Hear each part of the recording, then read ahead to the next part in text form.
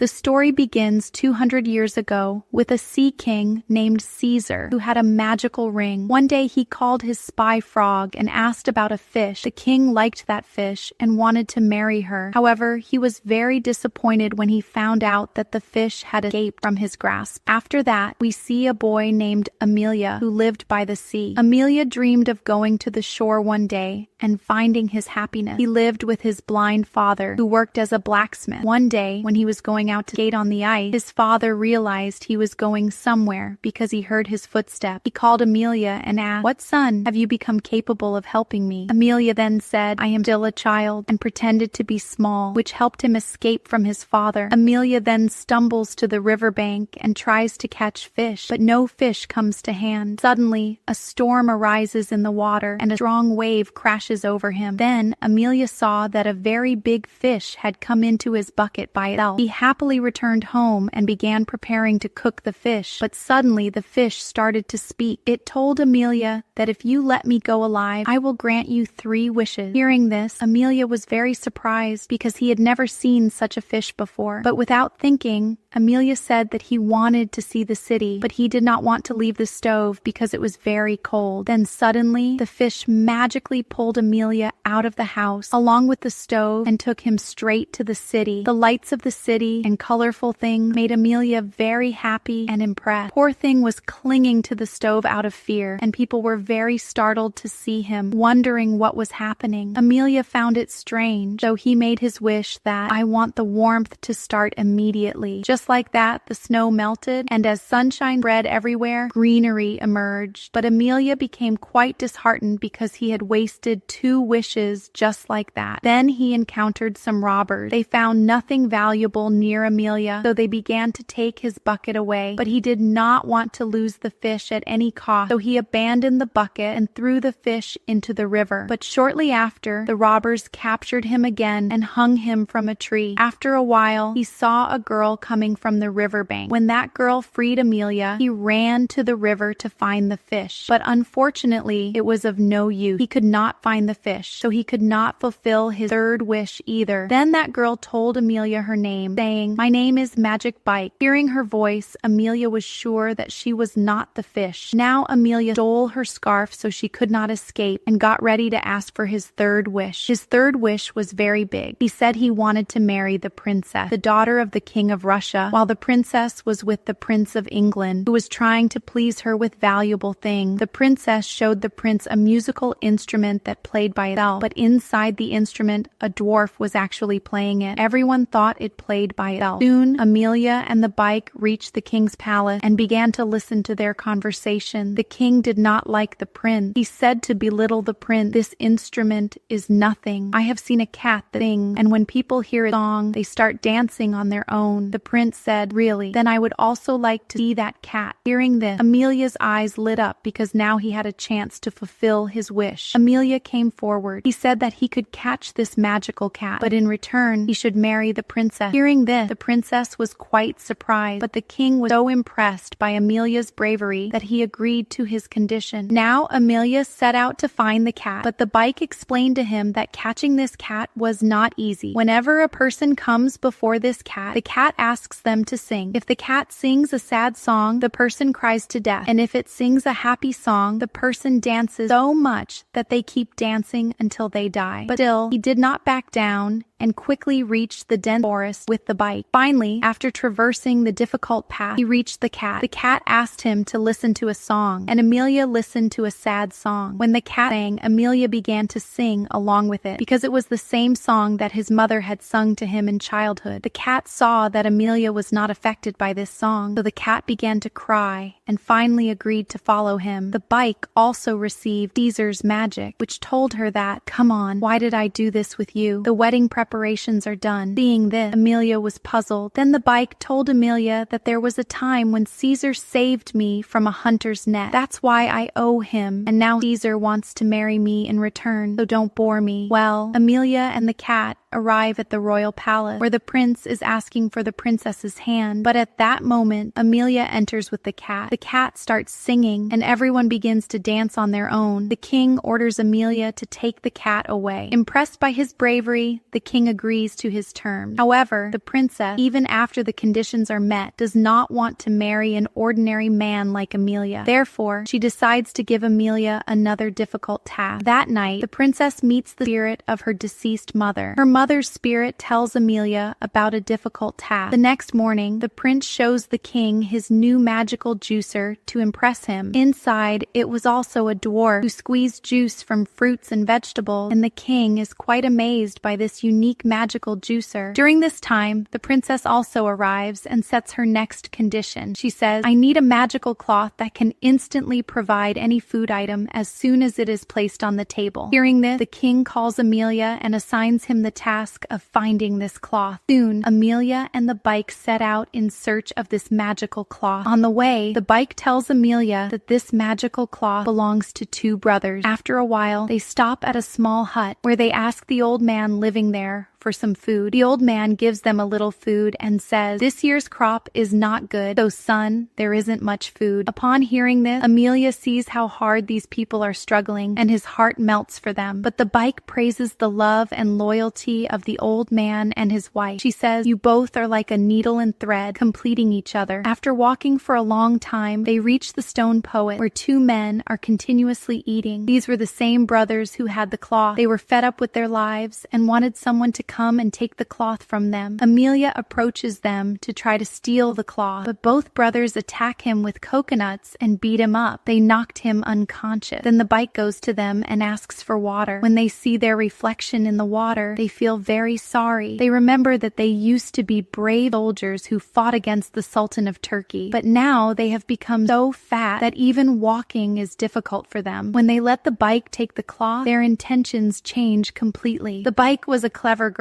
She quickly escapes with both the cloth and Amelia. When Amelia regains consciousness, he tears up a dress for his future wife, the princess. The bike tries to make him understand that the princess wants to kill you and you are going crazy in love with her, but Amelia is not willing to listen. He recites a poem he wrote for the princess, in which he will eventually propose to her. This poem touches the bike's heart. She sees how filled with love Amelia is for the princess. She gets so lost in the poem that she agrees to marry him, but then the bike controls herself and comes back to reality. She says, "You should marry someone else, not that arrogant princess." Now, when she reaches the city with the cloth, the king and princess also get news that Amelia has returned with the cloth. They both rush to the square. They see Amelia distributing free food to all the townspeople. With the help of that cloth, his work spreads happiness to everyone. Everyone praises Amelia from the bottom of their heart. The princess says that she is ready to marry Amelia, but her last condition is that Amelia must seek permission from the spirit of her deceased mother for their marriage. Amelia again prepares to fulfill this condition. That night, the bike shows him the way to the world of the dead, but she also alerts him that no one has ever returned from there. But Amelia remained steadfast in his decision. On the way, they meet Amelia's father. However, Amelia stays silent so that his father does not find out that he is there. During this time, his father speaks highly of Amelia in front of the bike. Soon they realize that Amelia is the one, and they call out to him. Amelia apologizes for all his mischief and decides to ask the bike for his last wish, that his father's eyesight will be restored. The bike fulfills this wish, and his father becomes perfectly fine. Then both reach the riverbank. Amelia thanks the bike and returns her work, but the bike still continues to walk with him. Then they both reach the world of the dead. The king comes to meet them and discovers that the bike is his daughter, who had turned into a fish due to her father's anger. This was a kind of debt on her. The bike tells her father, "Call the spirit of the princess's mother." And when her spirit arrives, it turns out that she was punished for her greed, which led to her death. She tells the princess's mother, "I want to marry your daughter," but she refuses. Seeing this, the bike father feels that he should help this boy, so he removes the curse of the princess and gives her food, which makes her agree to the marriage. Meanwhile, the king is also watching all this and is overjoyed. The bike bids farewell to her father, but he says, "As soon as you leave here, Amelia will forget everything he has seen here. Hearing this, the bike looks at Amelia with sad eyes, then begins to smile. The next morning, when Amelia wakes up, he has forgotten about the bike. He runs away from there. To go to the princess, the bike turns back into a fish and goes into the water again. But when Amelia reaches the princess, instead of posting about it, he says, "I have fallen in love with someone else." But who is that? Hearing this, the princess orders Amelia to be arrested. He is taken to the crossroads where it is announced that whatever deeds he has done